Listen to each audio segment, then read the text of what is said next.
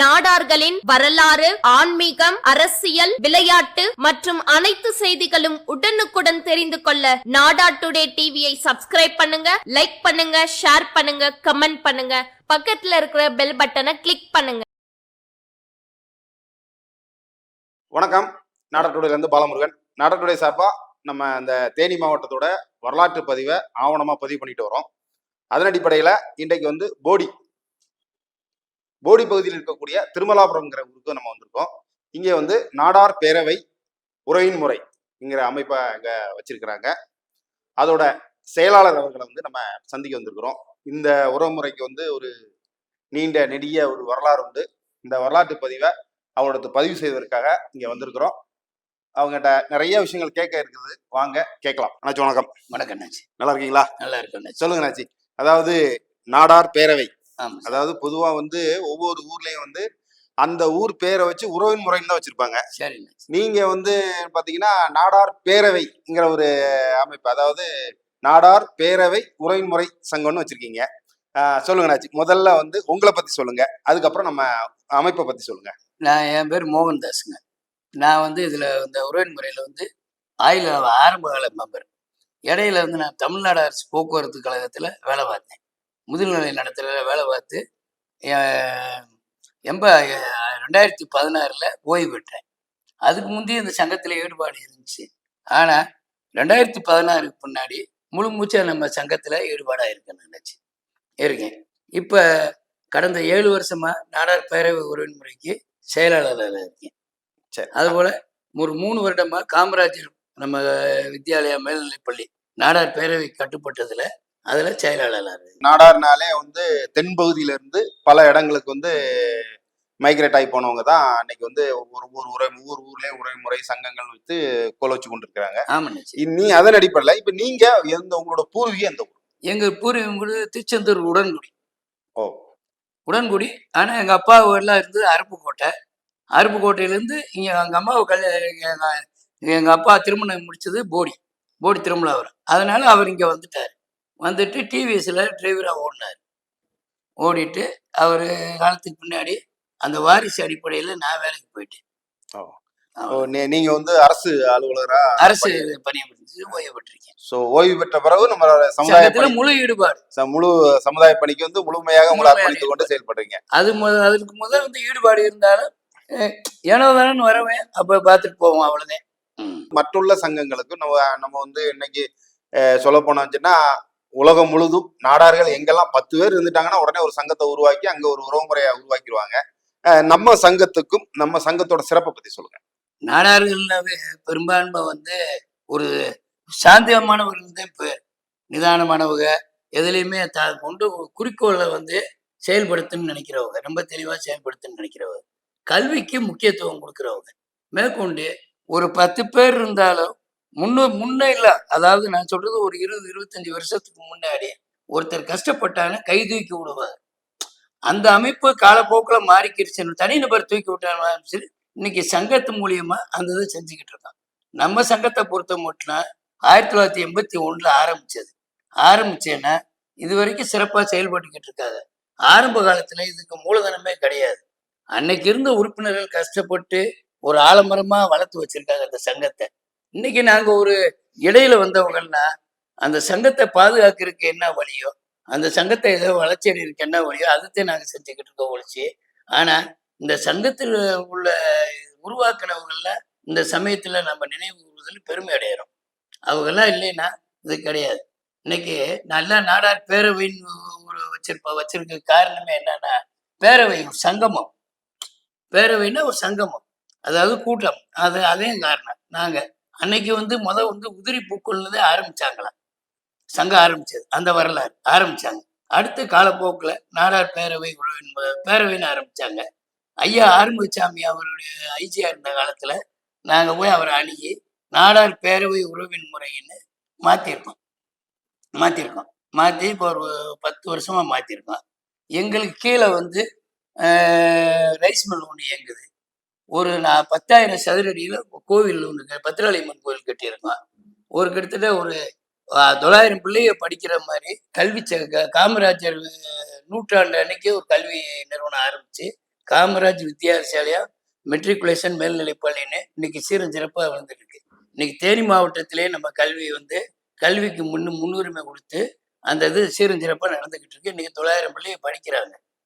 அதுல வந்து நம்ம நாடார் கம்யூனிட்டி நம்ம இன மக்களுக்கு நம்ம பேரவை உறுப்பினர்களுக்கு ஏற்கனவே தமிழ்நாட்டிலேயே தேனி மாவட்டத்திலேயே தரமான கல்வி கொடுக்குறோம். தொடர்ந்து ஒரு 10 வருஷமா சென்டம் வாங்கிட்டு இருந்தாலும் அந்த ஒரு 26% நம்மளுக்கு நம்ம ஆளுகளுக்கு நம்ம பேரவை உறுப்பினர்களுக்கு கம்மி பண்றாங்க. ஸ்பீஸ்லேயே கம்மி பண்ணி கொடுக்குறோம். அது கல்வி ஊக்குவின்னு நம்ம பேரவை உறுப்பினர்களுக்கு தவணை முறையில் செஞ்சுக்கிட்டு இருக்கோம்.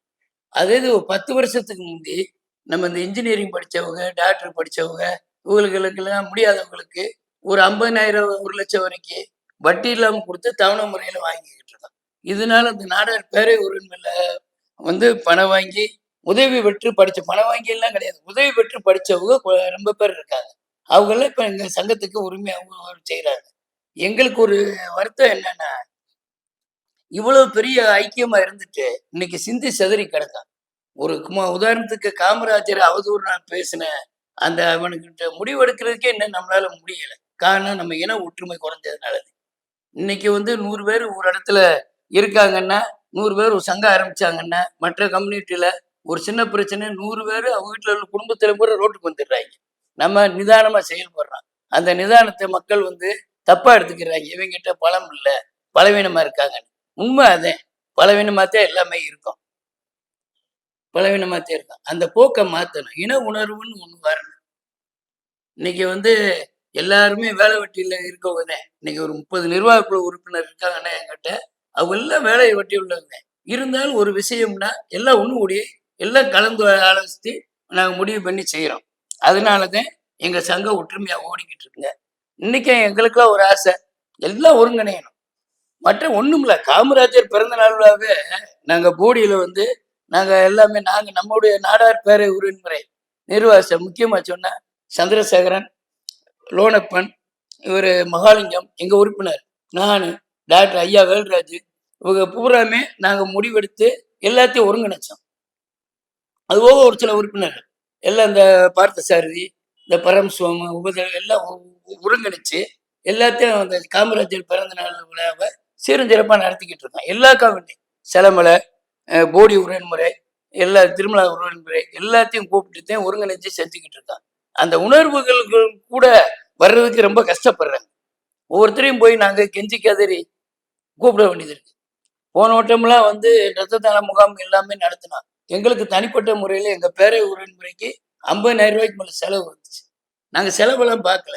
அன்னைக்கு எல்லாம் ஒரு மாசம் ஒரு அங்கிருந்து போடி நகர் பஸ் ஸ்டாண்ட்ல இருந்து மாசம் வர்றோம்.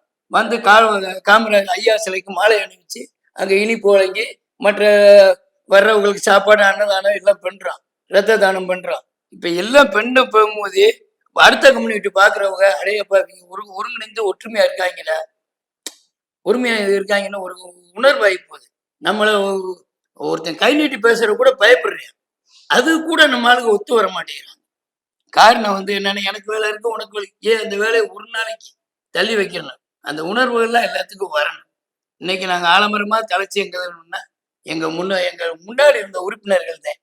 இன்னைக்கு நாங்க அதை பாதுகாக்கிறதுக்கு என்ன வழியோ அதைத்தான் பார்த்துக்கிட்டு இருக்கோம். வேற ஒண்ணும் கிடையாது. வேற என்னாச்சு? அதாவது இப்ப முறையில இருந்து சில சலுகைகள்லாம் மக்களுக்கு வேற என்னென்ன சலுகைகள்லாம் மக்களுக்கு கொடுக்குறீங்க? அதாவது நம்ம சமுதாய மக்களுக்கு உங்களுடைய அமைப்புல உறுப்பினரா இருக்கக்கூடியவங்களுக்கு என்ன மாதிரி உள்ள சலுகைகள்லாம்? அதாவது இந்த அரசு பொதுத் தேர்வுல 1st, 2nd, 3rd எடுக்கிறாங்கல்ல, அவங்களுக்கு எல்லாம் உதவித்தொகை கொடுக்கணும். மேற்கொண்டு இப்ப நாங்க எங்க தலைவர் வந்து டாக்டர் ஐயா வந்து டாக்டர், அவர் வந்து சொல்லுவாரு, நீ +2 மார்க்கை வாங்கிட்டு ஓடி போயிடாதீங்க, எல்லாம் வந்து கேளுங்க, டாக்டர் படிக்கணுமா கேளு, ஐடியா சொல்றேன். இல்லைன்னா ஐடி ஃபீல்டு முனைவர்கள் பூரா நம்மகிட்ட இருக்காங்க. நம்ம நாடார் மகாஜன சங்கத்துல மெரிச்சா இருக்கோம், அவங்ககிட்ட கேட்போம். இந்த எஸ்விஎன் காலேஜ்ல எல்லாம் அந்த கூட முகாம்லாம் நடத்துறாங்கல்ல, அவங்ககிட்ட கேட்போம். அப்படின்னா யாரும் கேட்கறது இல்லை, நம்ம ஆளுங்க பெரும்பான்மை கேட்கறது. இன்னைக்கு ஆண்டுக்குள்ள பள்ளி ஆண்டுக்குள்ள கூட அதுதான் நான் சொன்னேன். நான் எல்லாம் வந்து கேளுங்க, துண்டைக்கான துணியைக்கான ஓடி போயிடாதீங்க, எதா இருந்தாலும் கேளுங்க. கேட்டுட்டு நீங்க வந்து சிறப்பா வாழ்க்கையில முன்னேறதுக்கு என்னென்ன வழியோ எங்களால் முடியல. ஐயா எங்க தலைவரோட சொன்னாரு, 1 லட்சம் கூட கடன் தர்றான், மருத்துவர் படிக்கிற 1 லட்சம் கூட கடன் தர்றான். எங்களுக்கு சிரமத்தோடு இருந்தாலும் கடன் தர்றேன், நாங்க பொருள் உதவி செய்யறோம், நீங்க ஐடியாவே கேளுங்க அப்படின்னு தான் சொல்லியிருக்காங்க. அது நம்ம இன மக்கள் பயன்படுத்திக்கிறோம். பொதுவா இன்றைக்கு உள்ள சூழ்நிலை வந்து நம்முடைய முன்னோர்கள் மிக சிறப்பாக வாழ்க்கை முறையை கடைபிடித்து அரசியலா இருந்தாலும் சரி, ஆன்மீகமா இருந்தாலும் சரி, இல்ல வந்து இதே மாதிரி நம்ம சமூக தொண்டா இருந்தாலும் சரி, சமுதாய தொண்டாற்றிய நம்முடைய முன்னோர்கள்லாம் வந்து சிறப்பா செயல்பட்டிருக்காங்க. இன்றைக்கு அவர்களெல்லாம் கொச்சைப்படுத்தும் விதமாக நிறைய சம்பவங்கள் நடக்குது. இதையெல்லாம் இன்னைக்கு வந்து எதிர்கொள்றதுக்கு நம்ம என்ன செய்யலாம்? இல்லை, அதாவதுங்க நான் முதலே சொல்லிட்டேன்ல, இன உணர்வுன்னு ஒன்று இருக்கு நமக்கு. இன உணர்வு நம்ம வீட்டுல எங்க அண்ணன் அடிச்சானா நான் பார்த்து சும்மா இருப்பேனா? எங்க அண்ணன் அடிச்சா நான் பார்த்து சும்மா இருப்பேனா? அதே உணர்வு வரணும். இல்ல என் தம்பி அடிச்சா சொல்லணும், என் மனைவியை ஒருத்தன் கை நீட்டி அடிச்சா நான் சும்மா இருப்பேனா? அந்த உணர்ச்சி வரணும். தலைவர், நமக்கு தலைவர், நம்மளை உருவாக்குனவங்க, நம்மளை ஆளாக்குனவங்க அப்படின்னு அந்த உணர்வு வரணுங்க. அந்த உணர்வு வராம என்ன செய்ய முடியாது. அதாவது ஒரு கேத விடுனா கூட ஒரு எல்லாமே வரணும், வரணும், வரணும், எல்லாத்துக்கும் வரணும். அவர் நின்று பார்க்க போறோமா? கிடையாது. அந்த மாதிரி ஒரு துக்க வீட்டு கூட வர்றது கூட இன்னைக்கு உணர்வுகள்லாம் கம்மியாயிருச்சுங்க. நம்ம அந்த அந்த ஒரு 40 பேர் 30 பேர் இருக்கோம்னா ஒரு 7 பேர் போவோம், 6 பேர் போவோம். அந்த மாதிரி உணர்வுகள்லாம் இருக்கு. அதனாலதான் நம்ம தோத்துக்கிட்டு இருக்கோம். கேட்டா நமக்கு ஒரு மாயை சொல்றாங்க, நாடார் பூரா நிதானமானவங்க. அதனாலதான் நிதானமா அடி வாங்கிட்டே நிதானமா எத்தனை நாளைக்கு இருக்கு? காந்தி மாதிரி இருக்க முடியுமா? அன்னைக்கு காந்தி அடி வாங்கினாரு, ஒரு கணத்துல இருந்தா மறுகணத்தை திருப்பி கொடுனாரு. இன்னைக்கு அதை செய்ய முடியுமா? செஞ்சா நம்ம போட்டு மிதிச்சு போடுவாங்க. அதாவது கடந்த காலங்கள்லாம் பாத்தீங்கன்னா பல அடக்குமுறைகள்லாம் தாண்டி தான் நம்ம வந்திருக்கோம். பல அடக்குமுறைகள் இருந்தது, அதெல்லாம் எதிர்கொண்டு அதெல்லாம் நம்ம வந்து நேர்கொண்டு அதுக்கு மேலதான் வந்து ஒவ்வொரு பகுதியிலையும் நம்ம வந்து குடியேறி இயற்கை சீற்றத்துகளையும் போராடி பல போராட்டத்துக்கு அப்புறம் தான் வந்து இன்னைக்கு வந்து நாடார்கள் வந்து இந்த பகுதியும் சரி எல்லா பல பகுதிகளிலையும் வந்து பல போராட்ட களங்களை கண்டுதான் இன்றைக்கு வந்து இன்னைக்கு மிகப்பெரிய ஒரு ஆளுமையோட நாடார்கள் இருக்கிறாங்க. ஆனா இன்றைக்கு வந்து கொஞ்சம் குறைந்திருக்குன்னு சொல்லலாம். அந்த சமூக விழிப்புணர்வு கொஞ்சம் குறைஞ்சிருக்கு. முன்னாடி எல்லாம் ஒரு பிரச்சனை சொன்னாச்சுன்னா இன்னும் வெளிப்படையா சொல்றீங்க, நம்ம நாடார் இன மக்கள்ல பெரிய பெரிய அதிகாரி இருக்காங்க, ஆனா நம்ம கம்யூனிட்டிகளுக்கு யாரும் எதுவும் செய்ய மாட்டாங்க. காரணம் என்ன? ஒரு பயம். பாரு அவங்களுக்கு செஞ்சுட்டான்ட்டு அடுத்து சொல்லிடுவேன். இதே மற்ற கம்யூனிட்டியில நான் டிஎன்எஸ்ல வேலை பார்க்கும் போதே எங்களுக்கு ஜிஎம் எம்டி வந்து ஒரு தேவை. அவங்க என்ன எஃப்சி கேஸ், அதாவது களவாண்ட கேஸ்னாலும் சரி, ஒரு ஆக்சிடென்ட் கேஸ்னாலும் சரி, அவங்க இன மக்களை ஊக்குவிப்பார். நமக்கெல்லாம் வந்து அதெல்லாம் கிடையாது. நம்ம ஆளுகளே எம்டிஆர் டிஎம்ஆர் இருந்தாங்க, எம்டிஆர் இருந்தாங்க, எல்லாமே இருந்தாங்க. ஏன் டிரான்ஸ்போர்ட்டை பொறுத்து வச்சுக்கோங்க, எந்த உதவின்னு போட்டாலும் செய்ய மாட்டாங்க. கடைசியில் நம்ம வந்து தொழிற்சங்கத்தை நாடியா ஒரு சில பிரச்சனை என்ன போக வேண்டியது இருக்கும். அந்த மாதிரி நம்ம ஆளுங்க யாருமே செய்ய மாட்டாங்க. இப்ப நம்ம வந்து எங்க ஆண்டு விழாவுக்கு ஏடிஎஸ்பி ரிட்டையர் கூப்பிட்டு வந்தேன். அவர் சொல்ற ஐபிஎஸ் படிக்கணுமா, என்கிட்ட வர சொல்லுங்க, நான் ஃபர்தரா ஐடியா கொடுக்குறேன் அப்படிங்கிறாரு. அது பயன்படுத்துறது கிடையாது. அதனால பயன்படுத்திக்கிறேன்னா நீ விழிப்புணர்வு. இந்த காமராஜர் அவதூறு பேசுறவனுக்கு 6 மாசம் டைம் கொடுத்ததே பெரிய கஷ்டம். இன்னும் அதுல முடிவு கட்ட முடியல. ஏன் இவ்வளவு கம்யூனிட்டி நம்ம வந்து ஆட்சி அதிகாரத்தையே தீர்மானிக்கிற நிலையில் நம்ம இருக்கோம். அதை புரிஞ்சுக்கிறேன். ஒவ்வொரு ஊருக்கும் குறைச்சி வச்சாலும் 10,000 ஓட்டு இருக்கு, நாடார் ஓட்டு இருக்கு. நாடார் ஆட்சியவே நிர்ணயிக்க பண்றவங்க, ஒரு ஆட்சி அதிகாரத்துக்கு ஆளுமைக்கு போறவங்கள நிர்ணயிக்கிறவங்க. ஏன் அந்த அதிகாரத்தை ஏன் பயன்படுத்தக்கூடாது? பயன்படுத்தினா ஏன் நம்ம வந்து நல்லா வரலாம்ல? இன்னைக்கு லெவலில் அப்படி போனா தாங்க வர முடியும். நீ பெரிய பெரிய ஐபிஎஸ்ல நம்ம ஆளுங்க இருக்காங்க. ஐபிஎஸ் அருண் இருந்தாரு, வால்டர் தேவாரம் இருந்தாங்க, இப்படி பூராமே இருந்தாங்க. அந்த காலங்கள் வேற. இன்னைக்கு நம்ம இதுல பெரிய பெரிய ஆபீசர்களா இருக்காங்க, ஆனா செய்ய மாட்டேங்கிறாங்க. அவங்க ஊக்குவிக்கணும், நம்ம ஆளுகளை ஊக்குவிக்கணும். ஊக்குவிச்சாத்தே நம்ம முன்னேற முடியும். மேற்கொண்டு இந்த இனமான உணர்வுங்கிறது தானா ரத்தத்திலிருந்து வரணும். வந்தாத்தான் ஜெயிக்க முடியும். இல்லைன்னா நம்ம என்னதான் நம்ம போராட்டம் பண்ணாலும் சரி, ஒன்றும் செய்யலாம் ஜெயிக்க முடியும். அதாவது நான் செயலாளர் இருக்கேன்னா எங்களுக்குள்ள இந்த எல்லா உறுப்பினரும் எங்களுக்கு சப்போர்ட்டா இருக்கா போயிட்டு முன்னேறும். ஏன் தனிப்பட்ட முன்னேற்றம்லாம் கிடையாது. டாக்டர் எங்களுக்கு கிடைச்ச தலைவர் அப்படி பழைய உறுப்பினர்கள் இருந்தவங்க எல்லாம் அப்படி உருவாக்கி வச்சிருந்ததுக்காக சொல்லியிருக்கேன். இன்னைக்கு என்னோட தோளோட எல்லாம் இருக்க போயிட்டு செய்ய முடியுது. இல்லைன்னா அது செய்ய முடியாது.